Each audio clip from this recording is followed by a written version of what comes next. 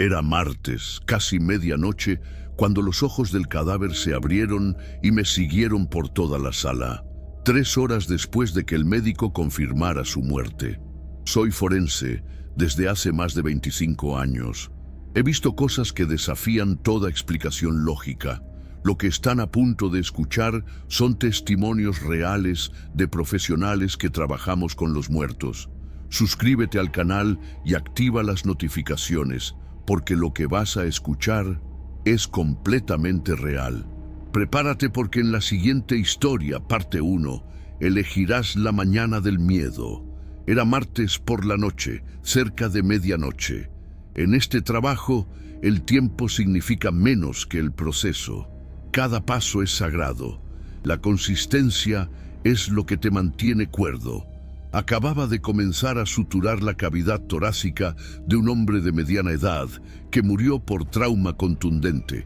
Su nombre era Ricardo Morales. Accidente automovilístico en la carretera nacional.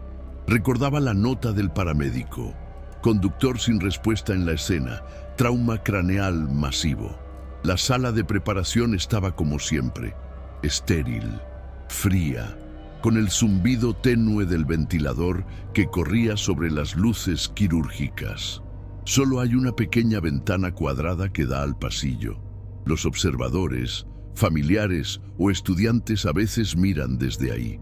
Pero esa noche estaba cerrada, vacía. Aún así, lo sentí. Comenzó sutil. Esa extraña conciencia que sientes cuando alguien te mira la nuca. Solo que estaba solo. Había verificado 2 veces. Luces apagadas en el pasillo. Nadie había firmado después de horas. Lo descarté. He hecho esto lo suficiente para saber que la mente juega trucos, especialmente después de trabajar 3 días sin descanso adecuado. Así que me concentré en la incisión en I, moviéndome metódicamente. Cada puntada tirada y atada, pero la sensación no se desvaneció. Creció, pesada, como un peso presionando mis hombros. Me sequé la frente y miré hacia la ventana de observación. Vacía, solo linóleo beige, resplandor de luces superiores, mi propio reflejo borroso contra el vidrio. La miré más tiempo del que debería. Luego forcé mis ojos de vuelta al cuerpo. Fue entonces cuando lo noté. Sus ojos estaban abiertos, seré claro. Esto pasa a veces. Los párpados no siempre permanecen cerrados después del embalsamamiento. La gravedad cambia. El tejido se seca. Un empujón mal colocado a la mesa. Lo he visto. Pero esto era diferente. Estaba seguro, absolutamente seguro, de que los había cerrado. Usé tapas oculares, insertadas correctamente, aseguré los párpados. No había corriente de aire, ni vibración, ni temblor. Y aún así, ahí estaban, abiertos, amplios, vidriosos, mirando directamente al techo. No rodados hacia atrás, no desenfocados, fijos. Y las pupilas se veían extrañas, dilatadas, sí, pero no de la manera usual post-mortem. Se veían alertas. Sentí mis manos pausar, las agujas aún enhebradas a través de la carne del pecho. El aire en la habitación estaba inmóvil como esperando. Me incliné como para convencerme de que estaba equivocado. Quizás no había colocado bien las tapas. Quizás algo se movió. Moví mi mano lentamente sobre su rostro. Sus pupilas no se movieron. Por supuesto que no. Estaba muerto. Muerto casi 48 horas, embalsamado, rígido, frío. Aún así, cubrí los ojos otra vez, tapas frescas, bien aseguradas. Cerré los párpados. Esta vez, usando un poco de adhesivo solo para estar seguro. Luego retrocedí, observé por un momento, esperé. Nada. De vuelta a suturar.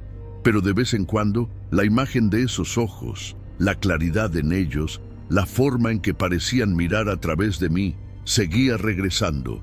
Unos 20 minutos después, mientras enjuagaba las herramientas, miré hacia la camilla otra vez. Los ojos estaban abiertos. ¿Y qué hay de la historia anterior? ¿Tuviste miedo? Prepárate porque en la siguiente historia, parte 2, elegirás la mañana del miedo. He trabajado en esta funeraria por casi 26 años. Te acostumbras al silencio, al suave zumbido del congelador, al tenue golpe de un trapeador en azulejo, al gentil suspiro de los sistemas de refrigeración trabajando toda la noche. Algunos lo encuentran espeluznante. Siempre lo he encontrado pacífico, predecible. Era pasadas las 11:30 de la noche, un miércoles. Lo recuerdo porque acababa de terminar de pulir la mesa de preparación y siempre reviso mi reloj antes de comenzar a trapear el piso. La rutina mantiene la mente recta. Sumergí el trapeador en el balde, lo escurrí y comencé a pasarlo por el linóleo en arcos lentos. El aire estaba frío y estéril, sin olor. Nuestra ventilación es buena. Solo el eco suave de las cerdas del trapeador y el zumbido bajo de las luces. Entonces lo escuché. No fuerte, no dramático, solo deliberado. Sonidos suaves de arrastre, como calcetines arrastrándose por un piso de hospital, arrastrando desde atrás el almacenamiento frío. Dejé de trapear, me quedé perfectamente quieto. El sonido no vino otra vez inmediatamente. Me dije que no era nada, quizás el compresor tartamudeó, quizás un cambio en la presión. Escuchas todo tipo de tonterías en edificios viejos cuando están silenciosos. Aún así, sentí algo, una pausa dentro de mí, algo viejo, instinto, tal vez. Dejé el trapeador a un lado y caminé por el pasillo hacia la unidad de almacenamiento. Mis botas hicieron eco por el piso, demasiado fuerte, demasiado agudo. Abrí la cerradura del cuarto frío. La puerta pesada se abrió con un quejido. Los cajones de almacenamiento alineaban las paredes en perfecta simetría. Acero inoxidable, limpio, pulido. Los había revisado todos antes de comenzar a trapear. Cada uno había estado cerrado, atornillado. Cada uno aún lo estaba. Y aún así, ahí estaba otra vez. Arrastre, arrastre. Un tirón. Cerca, viniendo de mi izquierda. Luego se detuvo. Revisé los cajones de arriba a abajo, fila por fila, todos sellados, todos etiquetados, sin signos de movimiento, sin cambio de escarcha, sin gotas de condensación, sin camillas cercanas que pudieran haber rodado. Nada. La habitación estaba aún fría, correcta, pero entonces, un solo golpe detrás de mí. Me volví lentamente. Uno de los cajones, segundo desde abajo, cajón B7, no tenía etiqueta. Eso era extraño. Siempre los etiqueto. Me agaché, revisé la cerradura.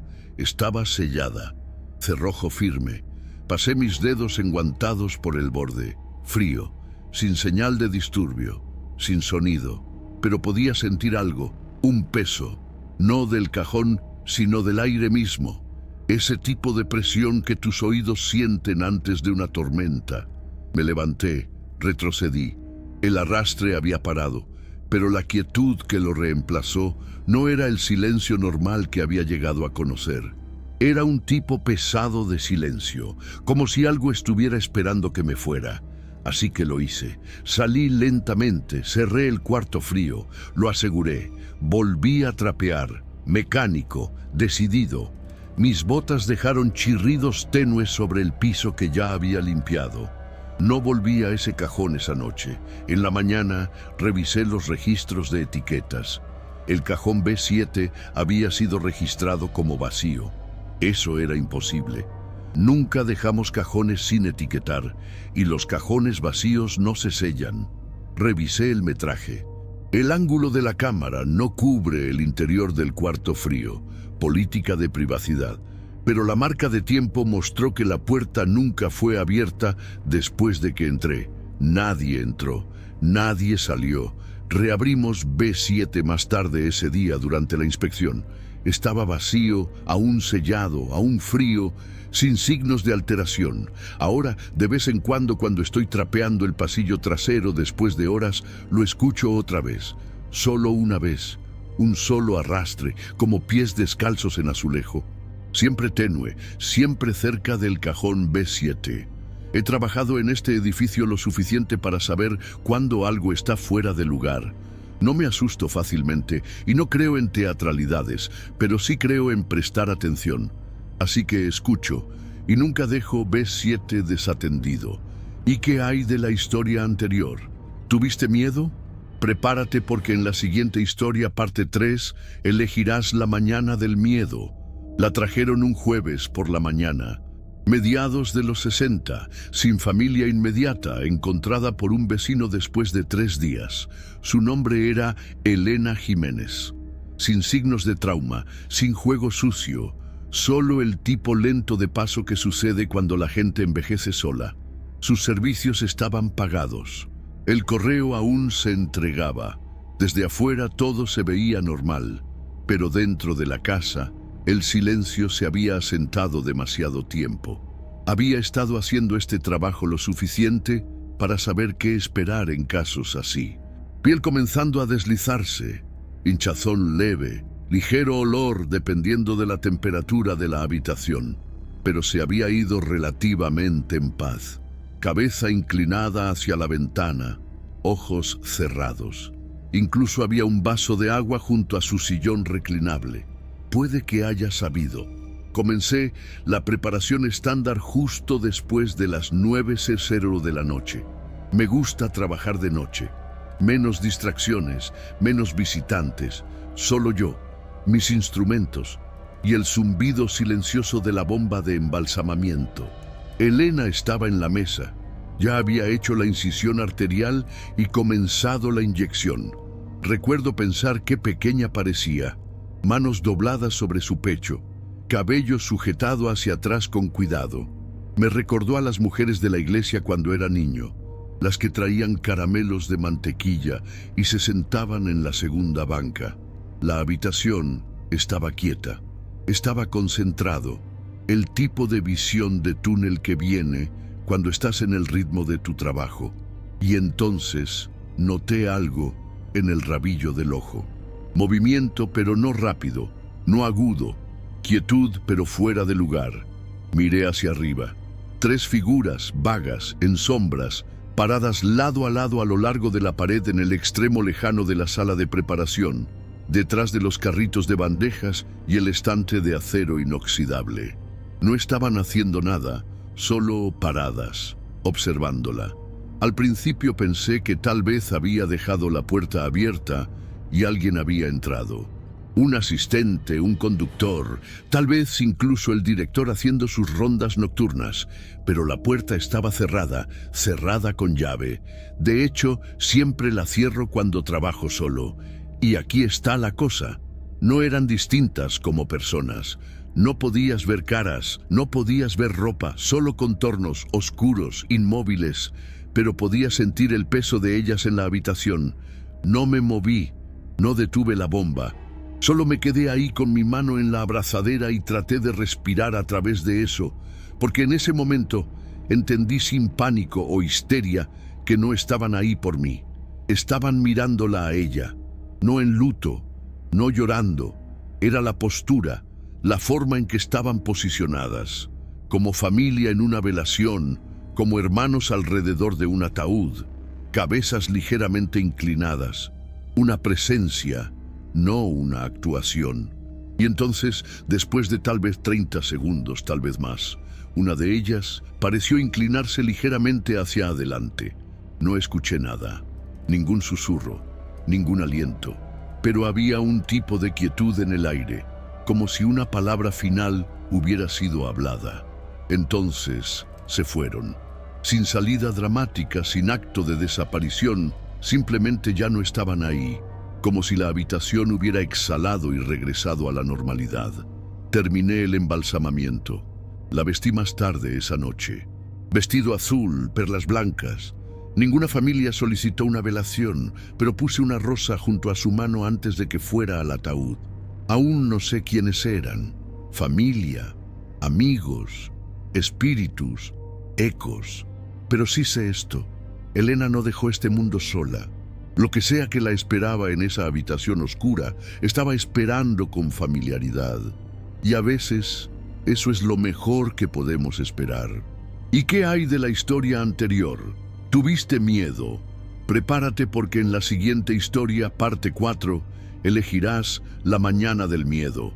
He trabajado este empleo por más de 27 años, lo suficiente para conocer la diferencia entre una tubería que cruje y algo fuera de lugar. La nuestra no es una profesión dada a la superstición. Trabajamos con hechos, tipo de sangre, hora de muerte, el ángulo preciso de una incisión. Así que cuando te digo lo que pasó, quiero que entiendas. No te estoy pidiendo que creas nada, solo te estoy diciendo lo que pasó. El hombre había muerto en un accidente automovilístico a las afueras del pueblo. Recuerdo la llamada, temprano en la tarde, nublado, lluvia deslizándose por la ventana en rayas. Los paramédicos dijeron que murió al impacto, cinturón de seguridad roto, parabrisas agrietado con una impresión de cráneo. El cuerpo llegó dentro de horas, principios de los 40, delgado, no mucho daño a la cara. Su nombre era Samuel Herrera. No pasó mucho antes de que escuchara los primeros comentarios sobre él. «Ese es el tipo que solía silbar», dijo uno del personal de transporte mientras descargaba la camilla. «Siempre tenía la misma melodía, molesto en realidad. Ese tipo de cosa usualmente no se queda conmigo. Pero él era el último caso de un jueves, y esa noche era el único en el edificio. Pasa». Escalonamos turnos para reducir gastos generales. Había planeado terminar su preparación antes de medianoche. Ya estaba en la mesa. Había limpiado la herida en la parte trasera de su cabeza, suturado donde era necesario. Nada inusual. Mientras trabajaba, puse mi estación de fondo usual en el pequeño altavoz en la esquina. Clásica, principalmente, algo suave. El edificio estaba silencioso por lo demás, sin movimiento, sin detectores de movimiento disparados. Solo éramos él y yo. Entonces lo escuché. No era fuerte. Vino del pasillo que llevaba a la sala de preparación. Un silbido corto, claro. 4 notas, 2 altas, una baja y de vuelta arriba. No aleatorio, un poco tembloroso, pero deliberado. Humano. Me congelé con mis manos aún enguantadas, bisturí en el aire. El pasillo estaba vacío. Podía verlo desde donde estaba parado. El sonido no había venido del altavoz. Lo había desconectado cuando la batería comenzó a morir. Revisé mi teléfono. Nada reproduciéndose. Caminé hacia la entrada y miré afuera. Aún nada. No soy el tipo que entra en pánico, pero mi corazón estaba en mi garganta. Me quedé ahí tal vez un minuto, esperando, escuchando. Entonces la melodía se repitió. 4 notas, mismo tono, mismo ritmo. Un poco más lejos por el pasillo ahora, hacia la unidad de refrigeración. He lidiado con familias en duelo, cuerpos en descomposición, incluso el ocasional allanamiento, pero nunca había experimentado algo así. Caminé por el pasillo lentamente, paso a paso, sin pasos más que los míos. El edificio, como siempre, olía tenuemente a lejía y acero, pero el aire se sentía cambiado. No más frío, solo más pesado, como si algo estuviera ocupando espacio que no podía ver. Revisé la sala de refrigeración, vacía excepto por los cuerpos, todos con cremallera, todos sin disturbar, sin signos de movimiento, sin señal de que alguien hubiera entrado o salido. De vuelta en la sala de preparación, me senté. No quería llamar a nadie. ¿Qué diría? Creo que escuché a alguien silbar en un edificio cerrado, así que me senté ahí y esperé. No sé por qué, pero abrí los efectos personales de Samuel Herrera. No es protocolo, pero algo me empujó hacia eso. Solo llaves, una cartera, un paquete de chicle y un recibo de un restaurante en la cuarta. Garabateado en la parte inferior bajo el total había algo que la mesera debe haber agregado. Tú y esa maldita melodía. La estaré tarareando toda la noche otra vez. Dejé el edificio alrededor de la 1:30 de la madrugada. No escuché el silbido otra vez esa noche, pero aquí está lo extraño. Durante las siguientes 3 tardes, aproximadamente a la misma hora, entre medianoche y la 1:00, el silbido Regresó. Siempre solo unas pocas notas. Siempre el mismo patrón. Siempre en el pasillo cerca de la sala de preparación. Nunca vi nada. Nunca encontré una fuente. Y después de que cremamos el cuerpo la semana siguiente, el sonido se detuvo.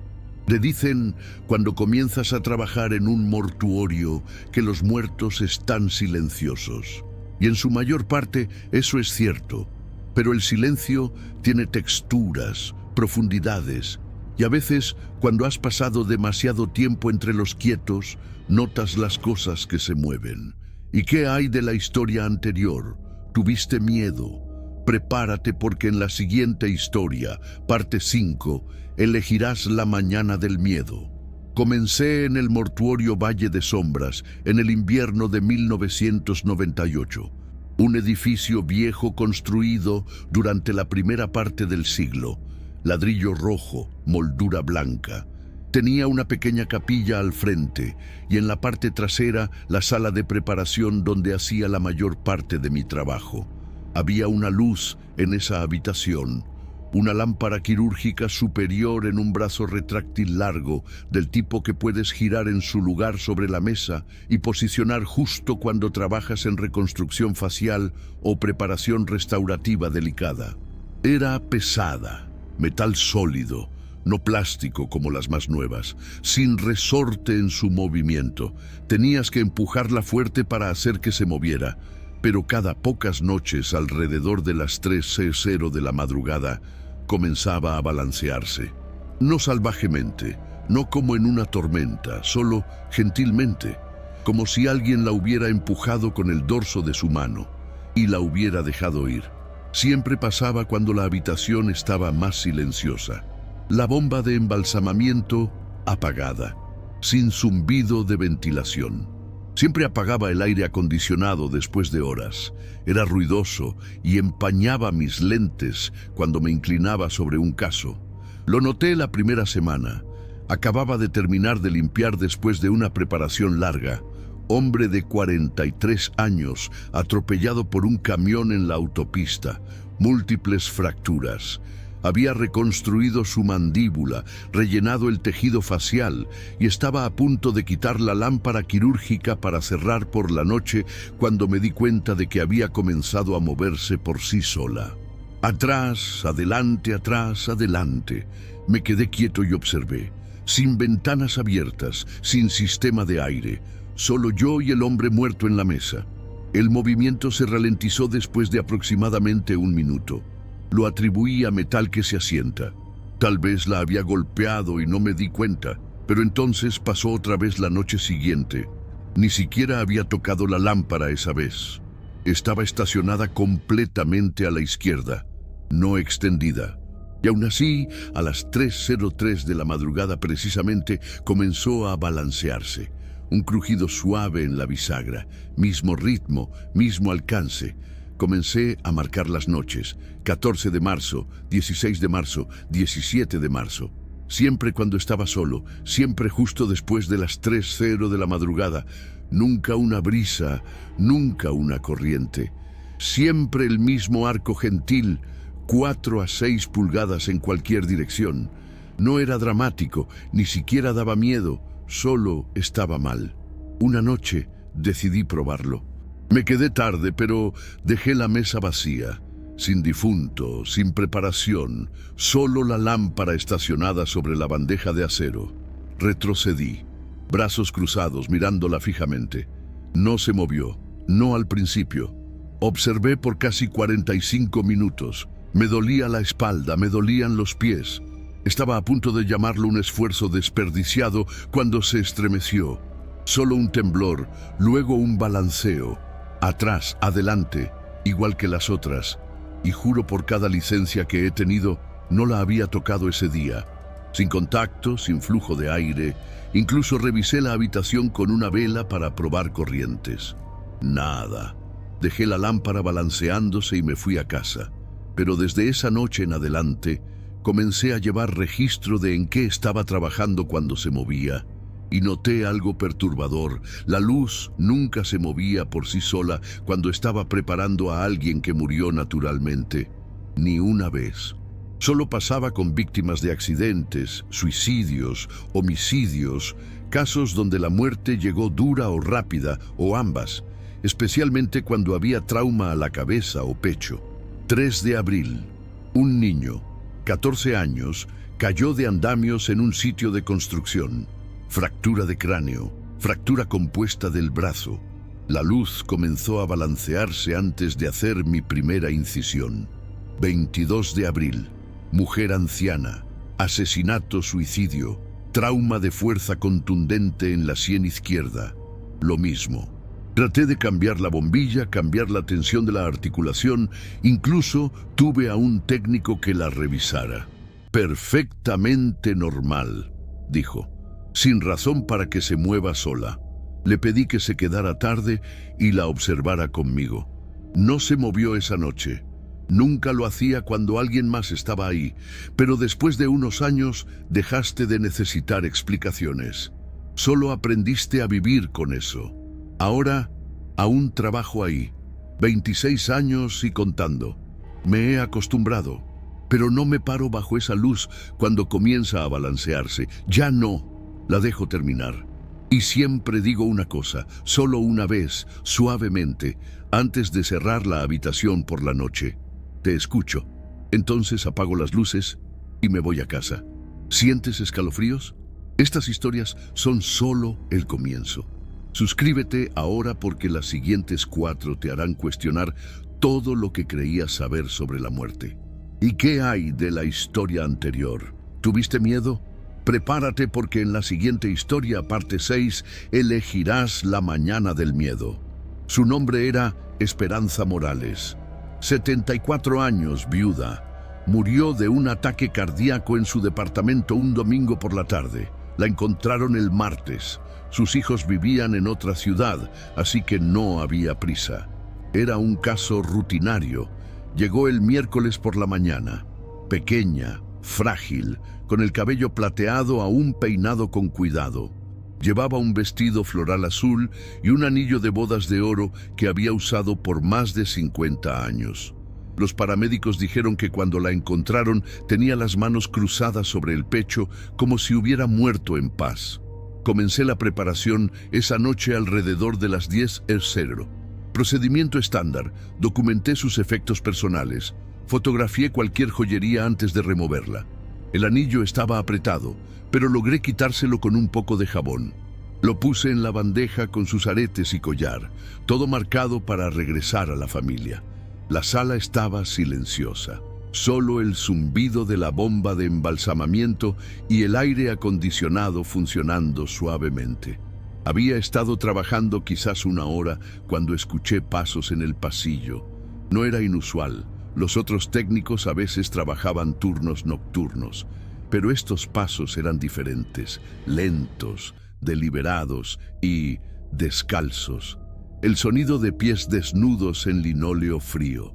Me asomé al pasillo, vacío. Las luces del corredor estaban tenues, solo la iluminación de emergencia. Revisé la puerta principal, cerrada con llave. El registro de entrada no mostraba a nadie más en el edificio. Regresé a mi trabajo, pero los pasos continuaron, siempre en el pasillo, siempre acercándose a la sala de preparación, pero cuando miraba afuera no había nadie. Entonces escuché algo que me heló la sangre. Una voz de mujer, anciana, débil, susurrando en español. Mi anillo. ¿Dónde está mi anillo? Me volví hacia la mesa. Esperanza seguía ahí, por supuesto, inmóvil, con los ojos cerrados, pero su mano derecha, la que había tenido el anillo, estaba ligeramente levantada del pecho, los dedos extendidos como buscando algo. Es solo gases, me dije. Movimiento post-mortem, pero sabía que no era cierto. Había colocado sus manos cuidadosamente, cruzadas y aseguradas. No había razón para que se movieran. Tomé el anillo de la bandeja y lo sostuve en alto. Está aquí, señora Morales. Su anillo está seguro. La mano se relajó inmediatamente, regresando a su posición original sobre el pecho. Los pasos se detuvieron. El susurro se desvaneció, pero no me sentí aliviado. Algo en el aire había cambiado. La temperatura había bajado varios grados y podía ver mi aliento cuando exhalaba. Decidí terminar rápido. Completé la preparación en tiempo récord, vestí a Esperanza con el vestido que la familia había traído y deslicé el anillo de vuelta en su dedo.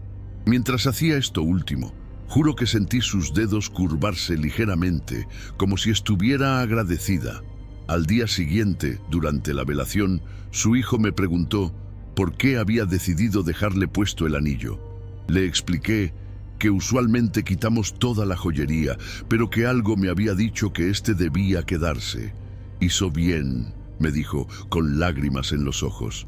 Ese anillo era su tesoro más preciado. Papá se lo dio cuando se comprometieron. Ella juró que nunca se lo quitaría, ni siquiera en la muerte. Esa noche, cuando cerré el ataúd por última vez antes del entierro, murmuré una oración silenciosa. No volví a escuchar los pasos o el susurro. Algunos dirían que fue mi imaginación, el estrés del trabajo, la sugestión de una mente cansada. Pero yo sé lo que vi, lo que escuché, lo que sentí. Los muertos no siempre descansan en paz cuando algo importante se queda sin resolver. Y a veces solo necesitan que alguien entienda lo que realmente importa. El amor trasciende la muerte, pero también lo hacen las promesas. ¿Y qué hay de la historia anterior? ¿Tuviste miedo?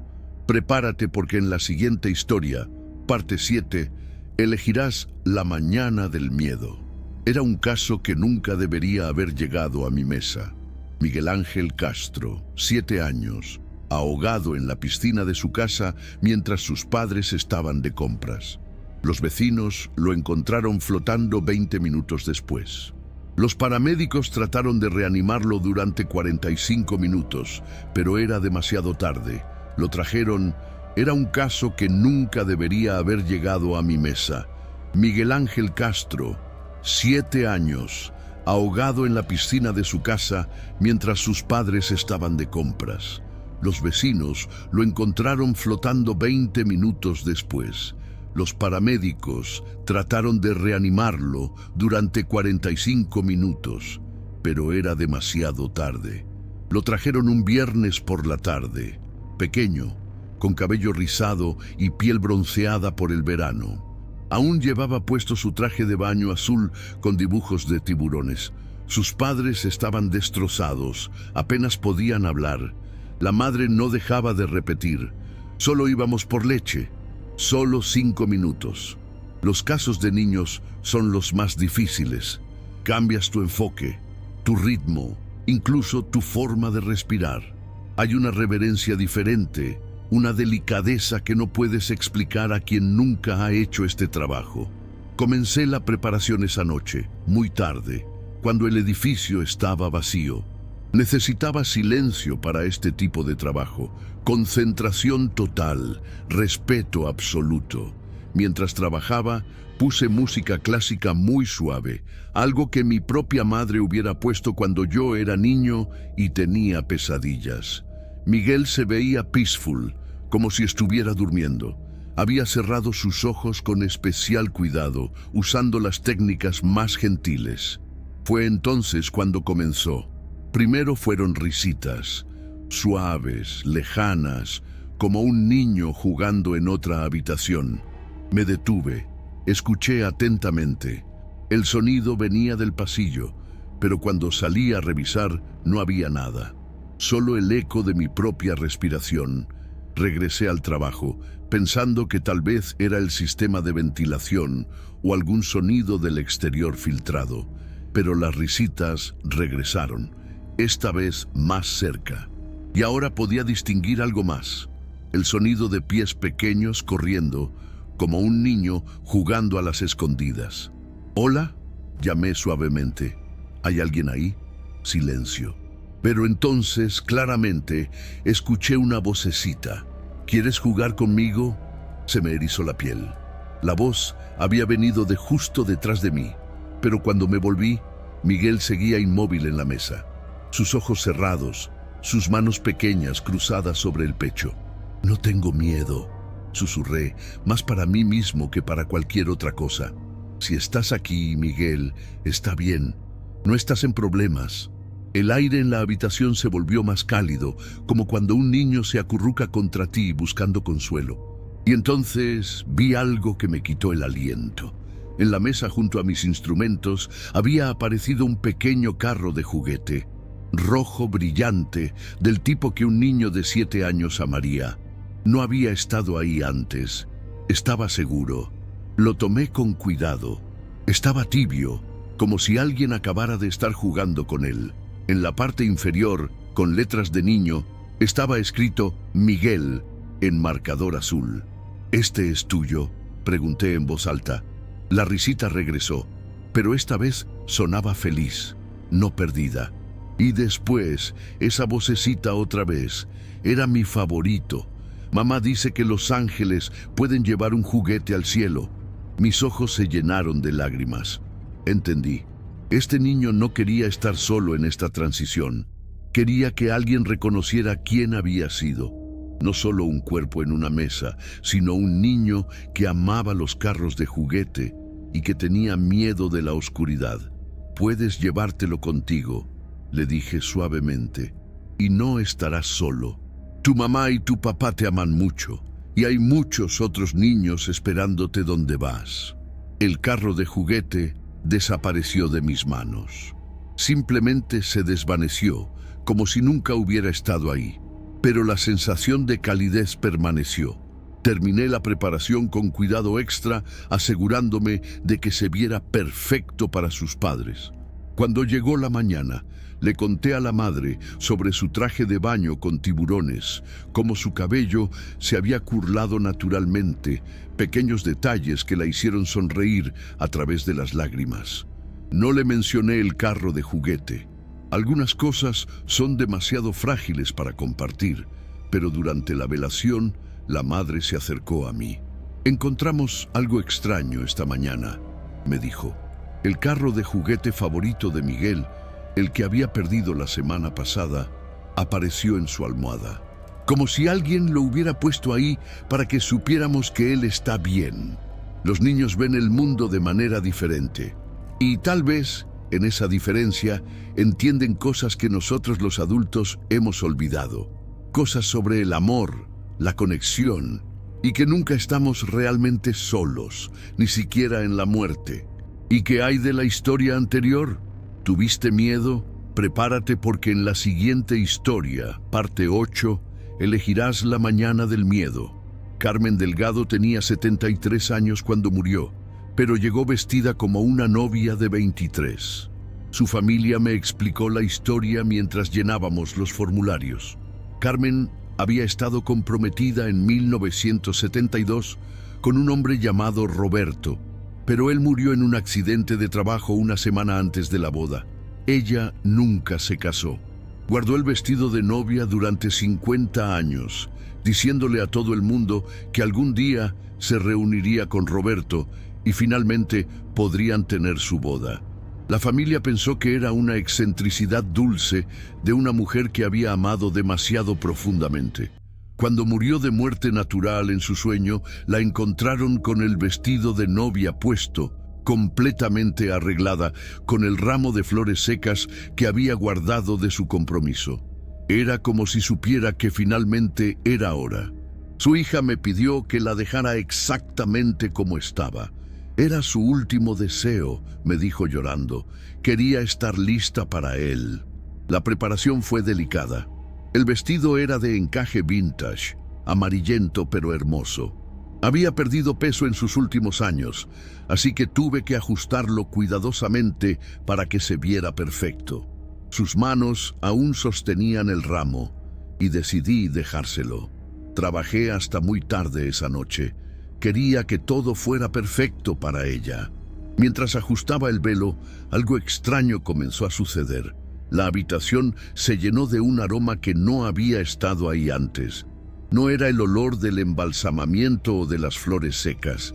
Era colonia masculina, antigua, del tipo que los hombres usaban en los años 70. Y debajo de eso algo más, el olor de un ramo de rosas frescas.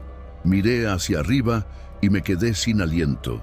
De pie junto a la mesa, apenas visible como una sombra, había la silueta de un hombre joven. Alto, delgado, vestido con lo que parecía ser un traje de novio. No podía ver su cara claramente, pero su postura era de alguien esperando, alguien que finalmente había encontrado lo que había estado buscando. «¿Roberto?», susurré. La figura se inclinó hacia Carmen, y juro que vi sus dedos transparentes tocar su mejilla con ternura infinita. En ese momento, la expresión en el rostro de Carmen cambió. La tristeza que había estado ahí desde que llegó se desvaneció, reemplazada por algo que solo puedo describir como paz absoluta. No tenía miedo. De alguna manera, sabía que estaba presenciando algo sagrado, algo que pocos tienen el privilegio de ver. Un amor que había esperado 50 años, finalmente reuniéndose. La figura se enderezó y pareció extender su mano hacia Carmen. Y aunque ella no se movió, no físicamente, sentí que algo de ella, algo esencial, se levantó para tomarlo. Permanecieron así por lo que pareció una eternidad. Dos almas finalmente juntas, finalmente completas.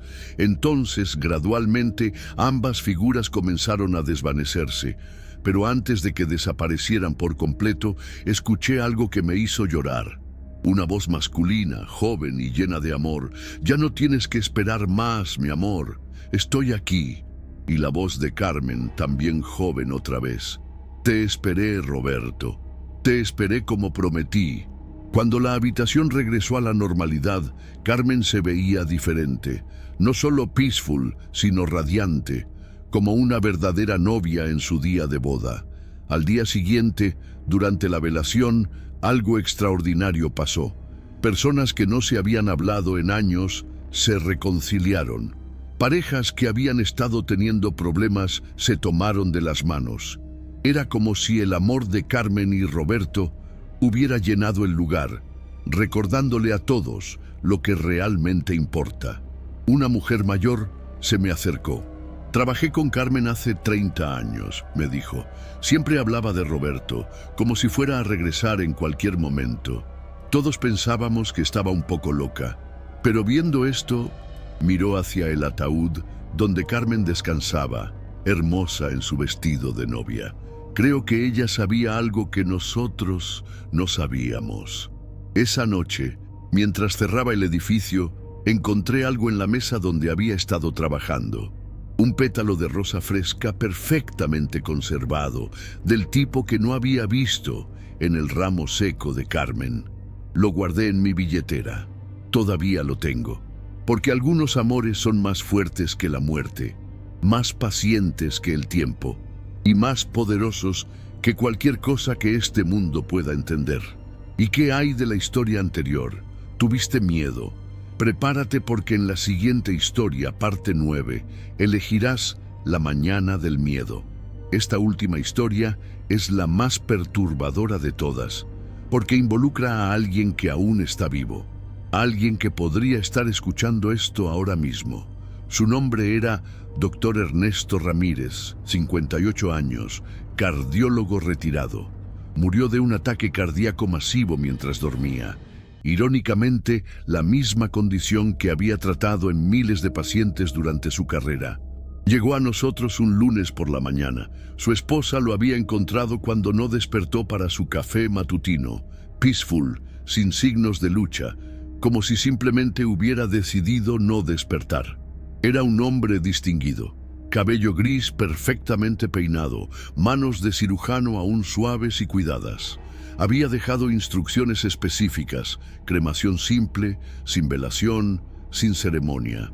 Cuando uno muere, se acabó, había dicho siempre. No hay necesidad de teatralidades. Pero el doctor Ramírez tenía otros planes. Comencé la preparación esa noche. Solo limpieza básica antes de la cremación, nada elaborado. Mientras trabajaba, noté algo extraño en su mano derecha. Los dedos estaban posicionados como si estuviera sosteniendo un bolígrafo, como si hubiera estado escribiendo cuando murió. Su esposa había mencionado que él sufría de insomnio y a veces se levantaba a escribir en su diario.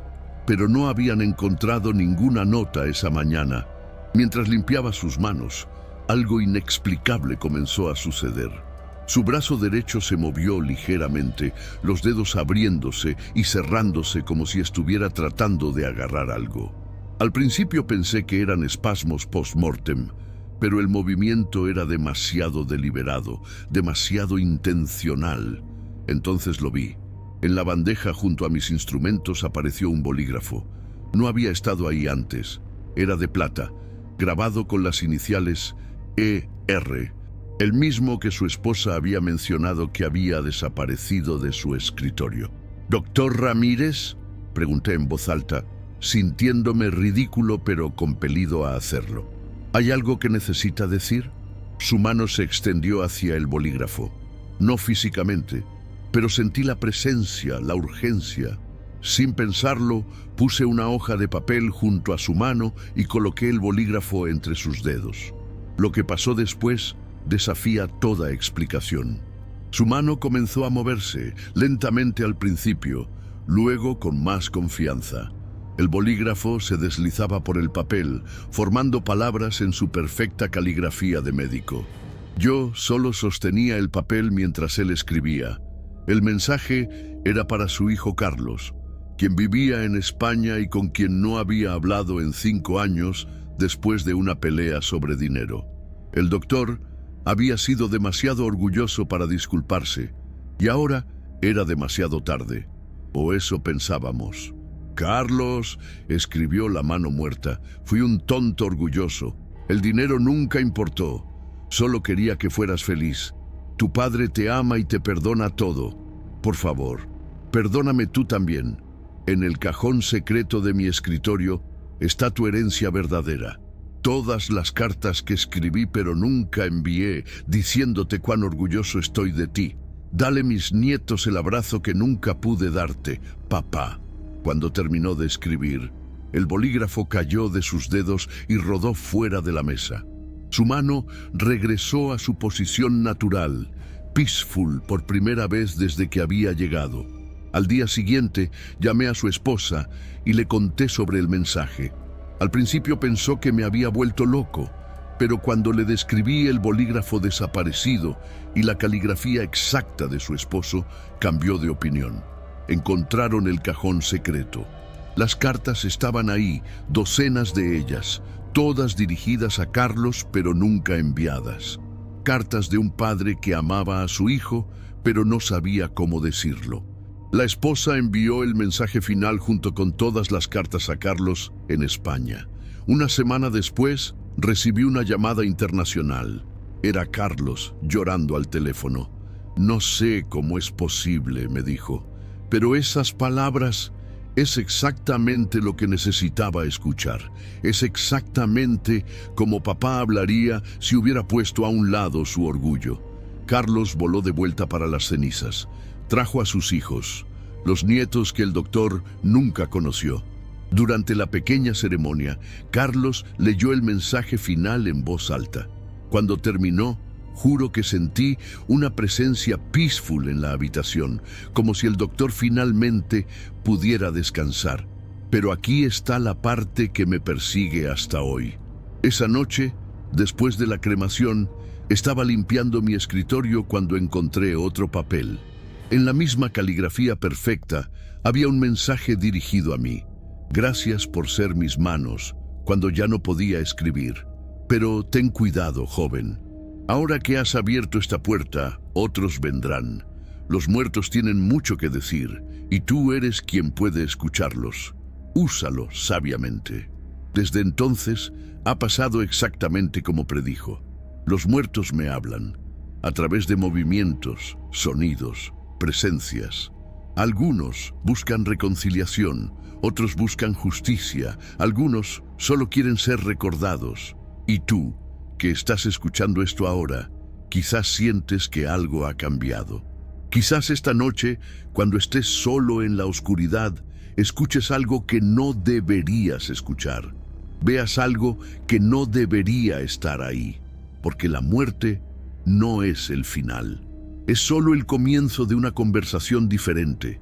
Y ahora que has escuchado estas historias, Tú también formas parte de esa conversación. Estas han sido 9 historias reales, contadas por forenses que han dedicado sus vidas al cuidado de los muertos. Testimonios que nos recuerdan que hay misterios en este mundo que van más allá de nuestra comprensión. Si estas historias verdaderas te siguieron hasta tus pensamientos, considera enviar un super thanks. Tu apoyo no solo mantiene el canal, ayuda a descubrir las historias más oscuras que de otra manera permanecerían enterradas. La próxima persona en enviar super thanks recibirá un epílogo oculto de estas historias en la pestaña de comunidad. Suscríbete si te atreves a adentrarte más profundo en los misterios de lo inexplicable. Activa las notificaciones, porque las siguientes historias que compartiré podrían cambiarte para siempre. ¿Has experimentado algo similar? ¿Tienes tu propia historia inexplicable para compartir? Me encantaría leer tus pensamientos, en los comentarios. Cada una de tus historias agrega otra capa a nuestra creciente comunidad de entusiastas del terror. Gracias por acompañarme en este viaje al lado más oscuro de la realidad. Nos vemos en el próximo video, si te atreves.